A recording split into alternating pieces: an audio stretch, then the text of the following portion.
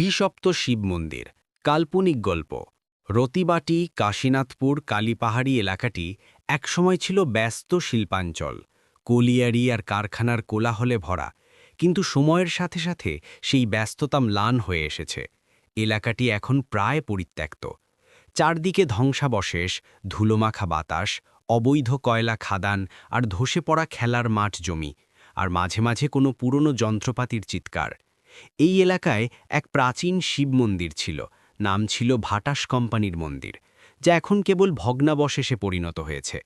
কারও মনে নেই শেষ কবে সেখানে পুজো হয়েছে। শিব মন্দিরের ঠিক পাশেই নুনিয়া নদীর ধারে ভয়ঙ্কর শ্মশানঘাট, আর তার পাশে শ্মশানকালীর মন্দির, যা দিনের বেলাতেও আতঙ্কের অনুভূতি জাগিয়ে তোলে।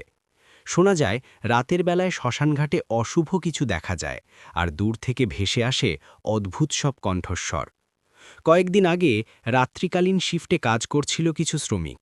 তারা নদীর ধারে কিছু নির্মাণ কাজ করছিল। রাত তখন প্রায় ৩টে বাজে। হঠাৎ একজন শ্রমিক, রামু, নদীর দিকে তাকিয়ে দেখে এক অদ্ভুত মূর্তির মতো কিছু, যেন কোনো মানুষ নয়, ভীষণ পৈশাচিক। লম্বা হাড় বেরোনো হাত পা আর শরীরের উপর অদ্ভুত আঁধারের মতো কিছু ছায়া ঢেকে রেখেছে।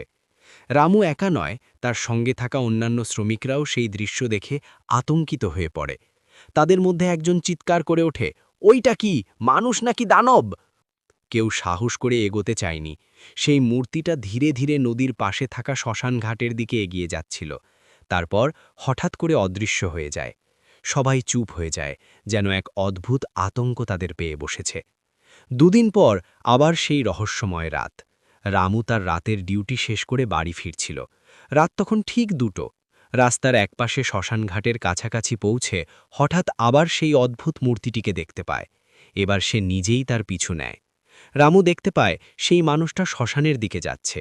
সাহস করে তার পিছু পিছু চলে যায়। সামনে দেখা যায় সেই পুরনো শ্মশানকালীর মন্দির। তবে মন্দিরের ভেতর ঢোকার আগেই হঠাৎ কেউ বা কিছু রামুর পেছনে এসে তাকে আঘাত করে। সে ধপ করে মাটিতে পড়ে যায়। যখন তার জ্ঞান ফেরে, দেখে সে একটা অন্ধকার ঘরে পড়ে আছে। তার হাত বাঁধা, মাথায় কালো কাপড় ঢেকে দেওয়া হয়েছে। আশেপাশে শোনা যায় তার সহকর্মীদের মৃদু গোঙানি। ঘরের চারদিকে অন্ধকার, কেবল দূর থেকে একটা মোমের আলো দেখা যাচ্ছে। রামু চিৎকার করতে চায়, কিন্তু মুখ দিয়ে শব্দ বেরোয় না। তার মনে হয় এই ঘরটা শ্মশান মন্দিরের ভেতর কোথাও। তাদের সামনে দাঁড়িয়েছিল সেই রহস্যময় মানুষটি। তার মুখ দেখা যায় না, কেবল এক অদ্ভুত ছায়া যেন তার চেহারা ঢেকে রেখেছে। রামু বুঝতে পারে এ কোনো সাধারণ মানুষ নয়, এ যেন কোনো পিশাচ বা অভিশপ্ত আত্মা। কণ্ঠস্বর আসে সেই ছায়ার ভেতর থেকে, তোমরা ভুল জায়গায় এসেছ। এই মন্দিরের রহস্য তোমাদের মতো মানুষ জানবে না।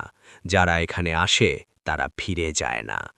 রামু এবং তার সহকর্মীরা আরও ভয় পায়। তারা বুঝতে পারে তারা কোনো সাধারণ বিপদের মধ্যে নেই, বরং অশুভ কোনো শক্তির ফাঁদে পড়েছে। কিন্তু হঠাৎই একটা বড় আওয়াজ হয়, যেন কারখানার ভাঙা যন্ত্রের শব্দ।